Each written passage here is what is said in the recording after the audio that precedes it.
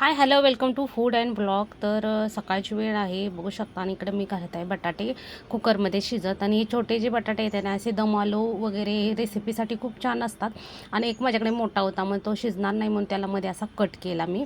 आणि आता आज मस्त अशी मी एक भाजी दाखवणार आहे, बटाटे आणि त्यात वाटाणासुद्धा घालणार आहे. ही जी भाजी तुम्ही सिंगल जरी खाल्ली ना, म्हणजे याच्याबरोबर दुसरी कोणतीही भाजी खाण्याची गरजच लागत नाही.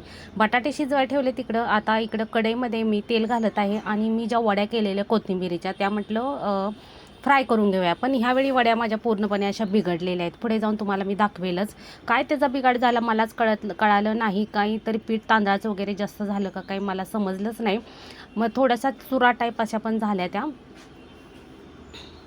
तर अशा बघा, काही बिघडलं मला समजलेलं नाही. नाहीतर माझ्या कोथिंबिरीच्या वड्या सहसा बिघडत नाहीत. मग म्हटलं त्या आहेत तर अशा फ्राय करूया. आणि एकदम क्रिस्पी वगैरे काही झाल्या नव्हत्या, मऊ झालेल्या. आणि असं तेलात टाकल्यानंतर ना त्याचा चुराच झाला, जास्त करून चुराच झालेला आहे, बघू शकता. तर काय बिघडलं काही समजलं ना. अशा प्रकारे कोथिंबीर वड्या चवीला छान झाल्या होत्या, पण त्याचं असं काही झालेलं आहे. तर इकडं तवर बटाटे माझे झाले उकडून झाले, त्यातले मी साल वगैरे काढले. आणि वाटाणेसुद्धा मी थोड्याशा पाण्यातून म्हणजे वाफलून घेतलेत. एक मोठा टोमॅटो बारीक केलेला आहे. आणि इकडं आलं, लसूण, कांदा, खोबरं आणि कोथिंबिरीचं वाटण आहे, हे माझं तयारच होतं.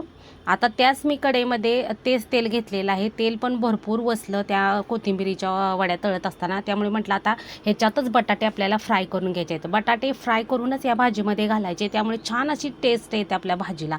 तर बटाटे मी फ्राय करून घेतले आणि आता त्याच्यातच फोडणी देते.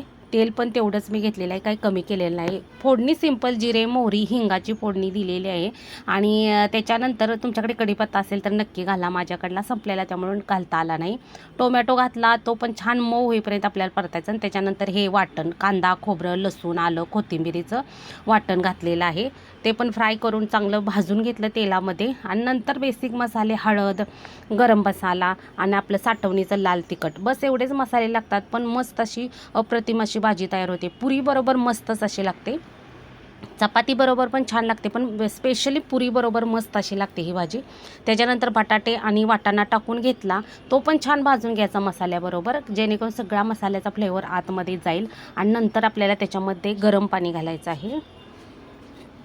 गरम पाण्याचाच वापर करायचा. आणि त्याच्यानंतर थोडेसे गरम पाणी घातल्यानंतर आपल्याला जे बटाटे आहेत ना, ते थोडे असे मॅश करून घ्यायचे, जेणेकरून आपली भाजी जी आहे ना अशी एकसंध अशी होते आणि एकदम लफतफ टाईप होते. त्यामुळे बटाटे थोडेसे आपल्याला मॅश करून घ्यायचे, असे पळीने वगैरे असे थोडेसे आपल्याला. नाहीतर करत असताना तुम्ही कुस्करून जरी घातले ना तरी चालतील. आता चवीनुसार मीठ घालायचं आणि एक 5-10 मिनटामध्ये आपली भाजी थोडीशी उकळून द्यायची. बघू शकता मस्त अशी झालेली आहे. आणि त्याच्यानंतर मी शेंगदाण्याचं कूटसुद्धा घातलेलं, पण ती माझ्याकडून क्लिप मिस झाल्यामुळे ती दाखवता आली नाही. आणि अशी मस्त अशी लपतप प्रकारची भाजी आपली तयार झालेली आहे, मस्तच लागते. नक्की करून बघा. आणि व्हिडिओ आवडल्यास, भाजी आवडल्यास, भाजी करण्याची पद्धत आवडल्यास नक्की व्हिडिओला लाईक करा, शेअर करा. आणि चॅनेलला अजूनपर्यंत सबस्क्राईब केलं नसेल तर सबस्क्राईब करा. आणि नक्कीच ही भाजी तुम्ही करून बघा. भेटते नवीन व्हिडिओसोबत, तोपर्यंत बाय.